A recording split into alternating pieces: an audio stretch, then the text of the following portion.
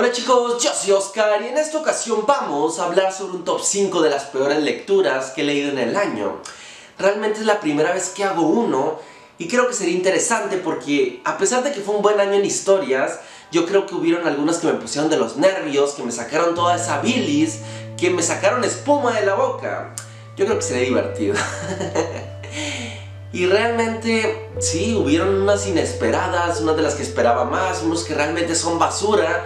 Sería divertido discutirla con ustedes, así que vamos a empezar. En la posición número 5 tenemos En la hierba alta de Stephen King y de Joe Hill, dos grandes exponentes de terror, los amo. Prácticamente aquí hacen una clase de historia claustrofóbica, laberíntica, donde el terror prácticamente sale de la nada, puede estar en todos lados y en ningún lugar a la vez.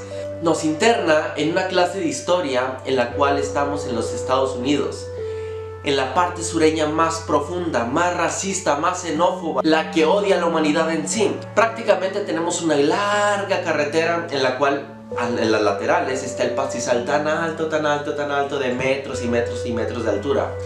De allí salen voces que piden auxilio. Nuestros protagonistas se detienen a ver qué sucede y se deciden internar en el pastizal. Mala idea, mala elección, porque ahí pueden pasar muchas cosas. Realmente, como les digo, es una historia donde no sabes cuándo estás a salvo, cuándo está pasando cierta cosa. Es una clase de alucinación o clase de pesadilla, pero estás en la realidad y como que rompes mundos paralelos y no sabes qué es lo que se esconde allí detrás, cuál es el motivo. Creo que es una historia que tiene mucho potencial para ser una buena historia de terror. Ya lo hizo Stephen King algo parecido, por ejemplo, en El umbral de la noche con los chicos del maíz. Pero no sé, creo que esta historia se queda bastante corta en cuanto a expectativas, porque ambos hacen mejores historias que esta. Porque aquí se queda bastante corto. Creo que el mayor pecado de este cuento, que no es malo, pero tampoco es la genialidad que se esperaba, tiene muchos elementos para hacerlo. El mayor pecado que tiene es su extensión, es muy corta. Así que cuestiones como qué es lo que se encierra allí, por qué, de dónde viene ese pastizal, qué hace allí, cuál es su objetivo, por qué nuestros protagonistas deciden hacer tales acciones. Realmente fascinante, abre mucho espacio para integrar más elementos y darnos información y darnos una perspectiva más grande de la historia. Creo yo que sí, adolece de eso, de que conforme va avanzando la historia también se vuelve un poquito más repetitivo, donde todos están perdidos y bueno, el terror se vuelve menos intenso. Tenemos en la posición número 4 Girls, así, chicas, creado por los hermanos Luna. Es una novela gráfica de 24 números si no me equivoco. Prácticamente tenemos 4 arcos de una historia en la cual tiene bastantes semejanzas, por no decir que robó ideas, con La cúpula y los Tommyknockers de Stephen King. ¿Por qué?, se preguntarán. Bueno, la historia igualmente es un pueblo pequeño donde todos se conocen, que está aislado pues de las demás poblaciones. De la nada, ya saben, el cliché típico de las historias de aliens, una clase de nave espacial, por así decirlo, cae en un campo de maíz. Todo el pueblo se entera por el estruendo que hace y realmente esto se pone interesante. Podría ser bueno. La criatura que sale de allí es una mujer, o lo más parecido a una mujer. Tiene la apariencia física de ser una mujer que no puede comunicarse con las demás personas mediante la voz. Utiliza otro tipo de cuestiones, como por ejemplo su atracción sexual. Aquí se pone interesante porque todo es una metáfora, es simbolismo, es prácticamente dar figuras literarias para responder a cuestiones de la vida, de la procreación de la vida, pues. Prácticamente la nave penetrando es un espermatozoide y lo que se forma allí, una cúpula invisible que la encuentran hasta que se topan con ella, un domo impenetrable, es un óvulo. Y una vez que el espermatozoide penetra este óvulo, se hace impenetrable para otras cuestiones. No puedes ni salir ni entrar. Prácticamente, como les digo, con esta misma atracción sexual empiezan a querer reproducirse. Es como su objetivo meta, y matar a las mujeres. Esto se vuelve escabroso de decir, oye, ¿qué está pasando aquí? ¿Cuál es el misterio?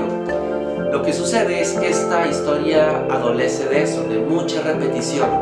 Es un survival de poca monta en el cual no es creíble. Los ataques empiezan a ser completamente ridículos y lo que más adolece de esta historia, la explotación de la sexualidad. Porque dices, oye, el sexo no molesta. Yo soy de los que si hacen una buena práctica de eso, digo, oye, lo disfruto, está bien, está padre, queda bien. Lo que sucede aquí es que empiezan a ponerlas desde el primer momento desnudas. Y dices, ok, es un alien o un zombie o lo que sea, pues no va a tener ropa de humano, ¿no? Lo que sucede es que comienza a ser ridículo. Incluso los mismos protagonistas más adelante lo mencionan. De que, mira, hasta que a alguien se le ocurrió ponerle ropa. Y abusan mucho de ello. Se ve completamente ridículo que en un número que tiene 23 hojas estén 15 dibujos en 15 hojas de esta manera. Empieza a ser ridículo. Yo sé que el sexo vende, da dinerito, pero da un bajón de calidad bastante grande. Y también tiene muchos malos giros de trama, muy forzados, muy de guión para aumentar simplemente la emoción y leerte el otro número, pero está mal hecho, simplemente está mal hecho. Incluso la historia adolece de puntos de opinión, puntos extremistas, que no cuadran muy bien, que no responden a la psicología del personaje cuando están encerrados en este tipo de situaciones. Tienen diálogos muy malos, incluso los personajes son estúpidos. Muy estúpidos, sin un planteamiento propio. Siempre son como borreguitos siguiendo pues a la otra parte de la manada, del rebaño.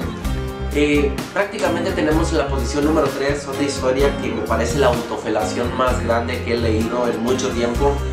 Me sentí engañado, me sentí utilizado, me sentí decepcionado, porque creo que la mercadotecnia de este libro, la forma en la cual decidieron traducirlo, aquí Kubrick, con la Kubrick en portada, y dices, oye, pues yo me imagino que va a ser un libro acerca de Kubrick, ¿no? De su vida, de su forma de inspiración, de cómo hace su trabajo, no lo sé, una biografía al menos, no lo sé, pero no. En el idioma original salió como Eyes Wide Open, y me parece que mencionan a Kubrick más adelante. Prácticamente es eso, una experiencia de trabajo como guionista del autor, que es el mismo que lo escribe, en esta película.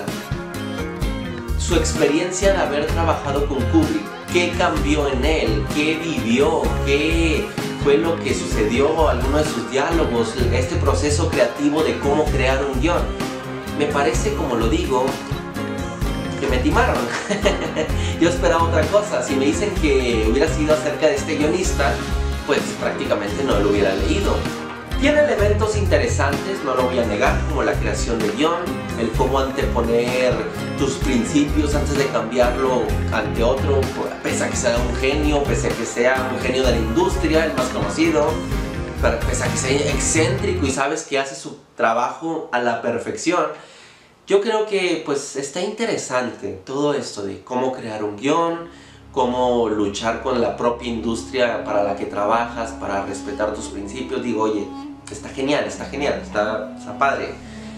Empieza a mencionar solamente algunas conversaciones, algunos cambios que le había dicho, cómo le interesó la historia, basada en otro libro y tal. Y dices, oye, pues puede funcionar aquí. Lo que sucede es que es cansino. Es un libro pues de unas 300 páginas más o menos. Y es cansino escuchar cómo simplemente se está alabando a sí mismo. De que yo hice esto y esto y esto, porque esto y esto y nadie esto y esto. Y dices, oye, esto comienza a ser aburrido. Yo sé que te quieres mucho, está chido tener autoestima. Pero no funciona. Simplemente me parece eso, una autofelación. Que no es tan mala en sí, simplemente no es lo esperado. Yo creo que la mercadotecnia, con todo y sinopsis, pues engañó mucho. Y como les digo, no está mal, pero simplemente escuchar a alguien que se alaba a sí mismo durante muchas hojas y que habla de pues, situaciones que no resultan interesantes algunas veces como aspectos de su vida personal.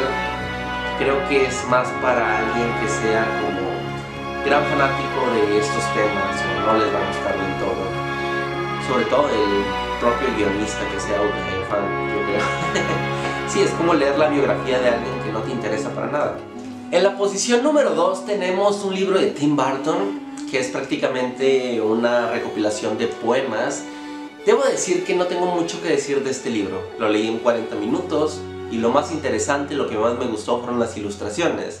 Me parece un gran creador, soy fanático de sus películas, me gusta cómo dirige, me gusta su creatividad.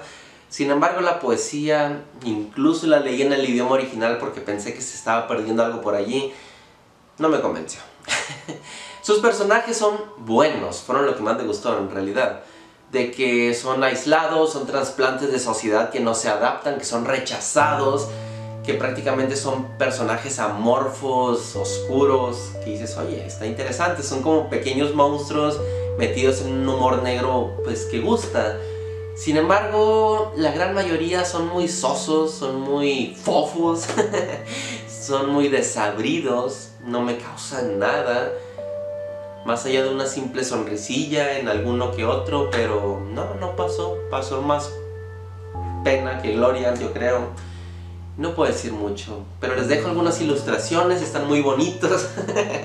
Pero no lo valen. Yo me esperaba más para este tipo de humor. Había leído, por ejemplo, Lenore, que es otra niña muerta con humor oscuro, que tiene, pues más o menos entra en la categoría y me gusta muchísimo más que lo que hizo Tim Burton en esta ocasión. En la posición número 1 tenemos los WhatsApps con mamá. Les voy a dejar imágenes por aquí. Realmente es uno de los libros más tontos, más estúpidos que he leído en mucho tiempo. A medio booktube le gustó porque decían que era un libro emotivo, que te hace llorar, que te saca el lado más sensible que tienes.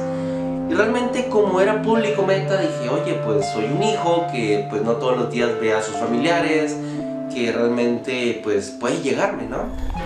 Y no, fue un gasto innecesario de papel, porque es un libro de 300 pesos que podrías comprarte de Stephen King, de Neil Gaiman, Joe Hill, Stieg Larsson, de cualquier novedad, Carlos Zafón, lo que sea, por el mismo precio, incluso menos.